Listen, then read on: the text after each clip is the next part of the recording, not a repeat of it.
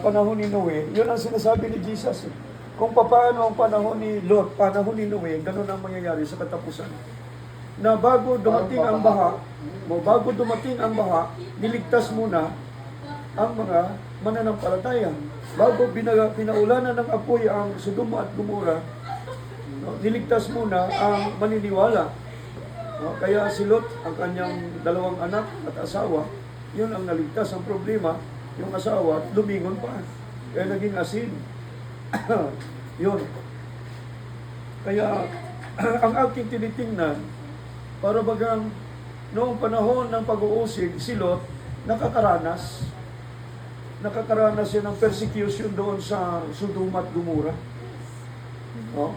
Pero nung the day na gugunawin na ng Diyos ang Sodoma at Gomora, saka palang pinaalis si Lot kasama ang kanyang mga anak at asawa.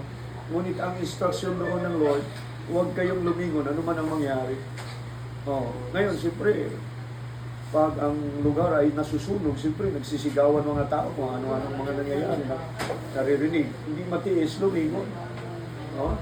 So, binibigyan naman ng kahulugan ng iba na spiritual meaning. Walang problema doon. Pero yung kasi may ang ebidensya, naging asin. Haliging asin, kaya yun nga ang Dead Sea. So, ganun po talaga katibay yung salita niya.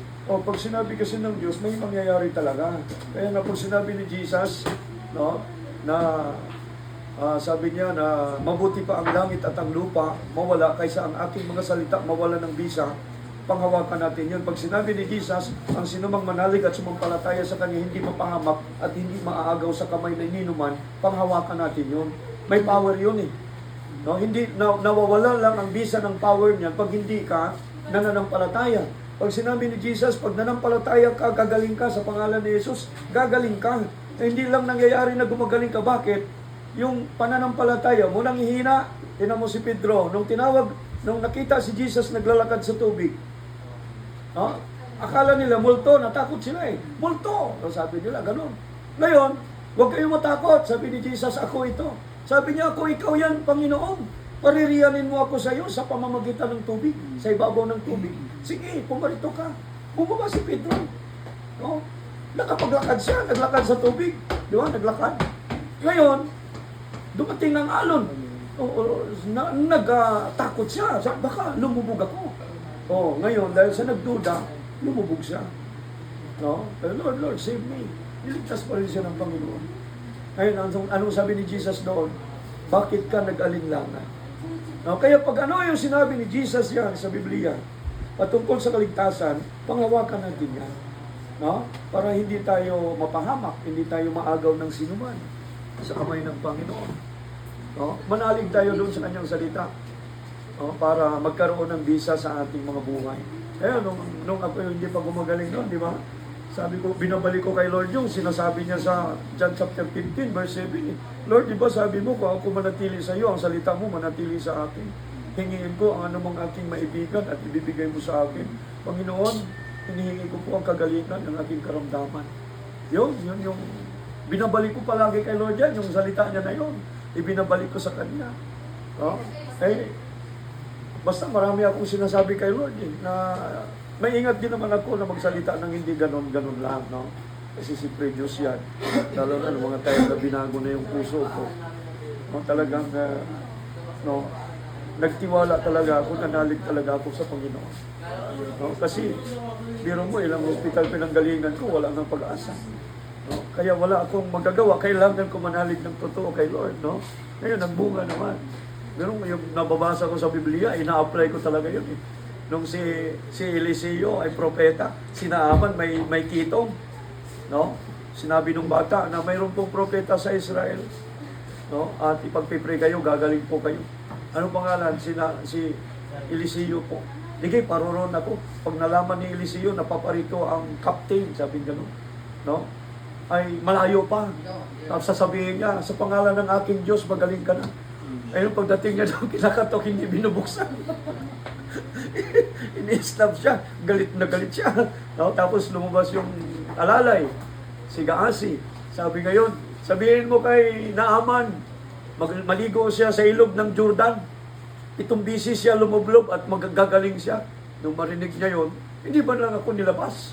Kundi nag-utos pa ng tao at sabihin ko, itong gagawin ko. Marami namang ilog na malilinis. No? Bakit sa ilog ng ganito malinis eh? Bakit yun ako palublubin sa ilog ng Jordan? Umalis siya. No? Ngayon, habang sa daan, sabi ni, may dala siyang mga regalo eh. No? Bakit po hindi siya pinapasok? Wala po din si Eliseo. Nandun. No? Hindi ko alam kung ano kasi nga, mayabang siya eh. No? O kasi nga, ano siya eh. Oo, hari siya. Ano siya, hari sa mga sundalo eh. Captain of the people siya eh, sinaaman eh. No? Kaya, no, siguro, hindi ko alam kung anong kwan. Pero noon pa bago siya pumunta, nagmayabang na siya eh. Pag makita ni na, pag malaman ni Eliseo na ako paparating, malayo pa, lalabas na yan. No? At sasabihin, kumpas niya ang kanyang kamay sa langit at sabihin, sa pangalan ng aking Diyos, magaling ka na. No? Ngayon, hindi ganun ang nangyari. No? Kundi talagang sabi sa kanya, sabihin mo kay Naaman, pumunta sa ilog ng Jordan, lumiblib ng 7 bisis. No? Sabing ganun. Sabi niya, maraming ilog na malilinis, bakit doon ako pinapunta sa ilog ng Jordan, marumi, maputi. No? Kaya ngayon, mali sila. Sinabi ng kanyang tauhan ni Naaman, kung may mahirap na bagay, sabihin si Eliseo sa'yo, susunod ka. Ngayon, madali, simpleng bagay lang ang sinabi sa'yo, hindi ka susunod. No? Subukan natin. Yan. Sumunod. Gumaling, no? Nalumublob ng 1, 2, 3, 4, 5, wala pa rin. 6. Yung pang-7, pag-aamon niya, unti-unti nang nawala. Yan.